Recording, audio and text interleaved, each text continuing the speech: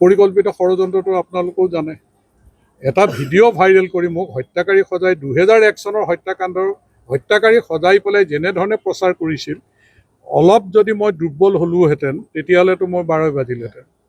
কিন্তু মই চেলেঞ্জ গ্ৰহণ কৰিলোঁ আৰু লগে লগে মই ৰাজহুৱাভাৱে প্ৰত্যাহ্বান জনালোঁ যে মই ইলেকশ্যনেই দৰকাৰ হ'লে মই ৰাজনৈতিক জীৱনেই ত্যাগ কৰিম। আৰু মই 100 কোটি টকাৰ মানহানি গোচৰ কৰিছোঁ।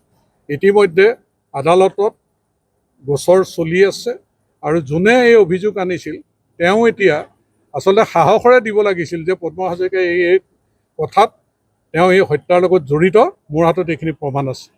তেওঁ এতিয়া কিয় আঁতৰি আছে? তেওঁ কিয় আদালতৰ সন্মুখীন হ'বলৈ সাহস গোটাব পৰা নাই? তেওঁ কিয় ডেটৰ পিছত ডেট গৈ আছে?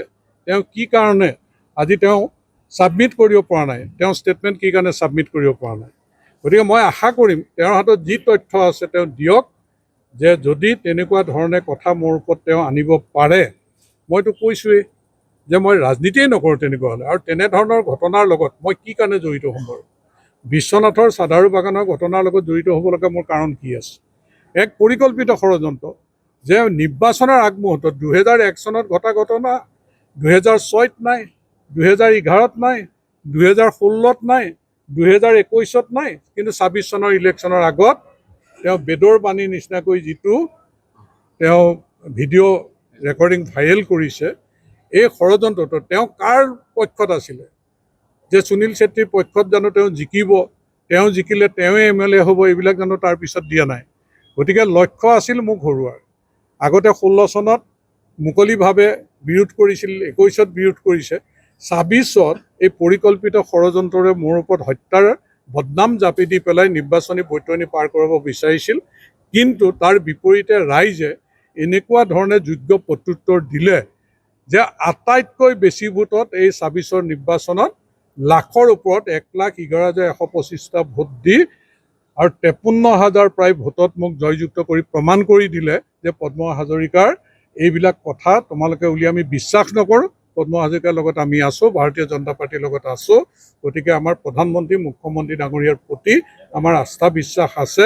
যিমানেই ষড়যন্ত্ৰ নকৰা কিয় আমি কেতিয়াও তোমালোকৰ ষড়যন্ত্ৰত আমি ভৰি নিদিওঁ।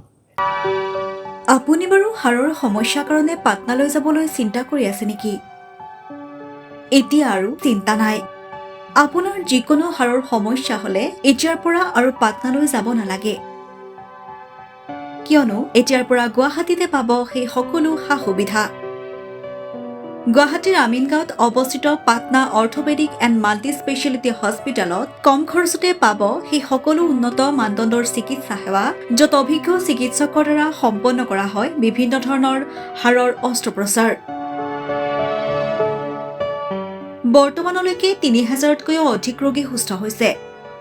हमारे हॉस्पिटल में ऑर्थोपेडिक्स से रिलेटेड हर तरह का इलाज जैसे कि joint replacement, trauma surgeries, spine surgeries, Ilizarov surgeries और की होल सर्जरी जिसको आर्थ्रोस्कोपी कहते हैं, उसका इलाज संभव है। উন্নত মানদণ্ডৰ সা সুবিধা থকা হস্পিটেলখনত আছে 3টাকৈ VIP ৰুম, 11টা কেবিন, জেনেৰেল ৱাৰ্ডত আছে 12খনকৈ বিচনা তথা 7খনকৈ বিচনাযুক্ত ICU। তাৰোপৰি এই হস্পিটেলখনৰ ভিতৰতে আছে ফাৰ্মাচীৰো সা সুবিধা।